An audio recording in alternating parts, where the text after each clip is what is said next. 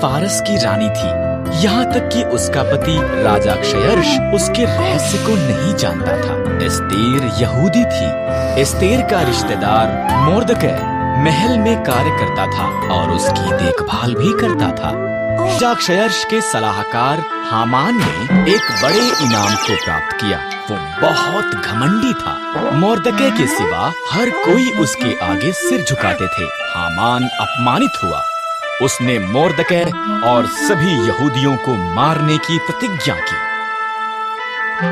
हामान ने क्षयर्ष को बताया कि यहूदी खतरनाक थे और उन्हें मारना चाहिए। क्षयर्ष सहमत हो गया और उन्हें मारने की एक योजना बनाई। मोर्दकै डर गया था और रानी एस्तेर को ये संदेश भेजा। राजा के मन को बदल। मोर्दकै ने कहा, अगर मैं उसके निमंत्रण के बिना जाऊं तो वो मुझे भी मार देगा। एस्तेर ने जवाब दिया, शायद तो इसी पल के लिए रानी बनाई गई थी।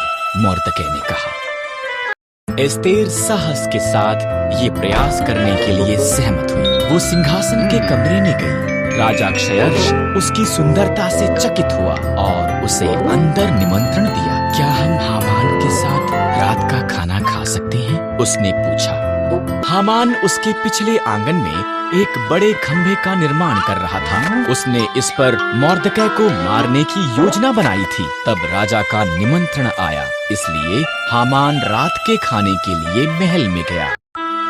एक मनुष्य मुझे और मेरे लोगों यहूदियों को मारना चाहता है। एस्तेर ने राजा क्षयर्ष को बताया। कौन ऐसी बात करेगा? उसने पूछा। दुष्ट हामान। एस्तेर रोई। हामान, सिपाहियों, उसे मार दो।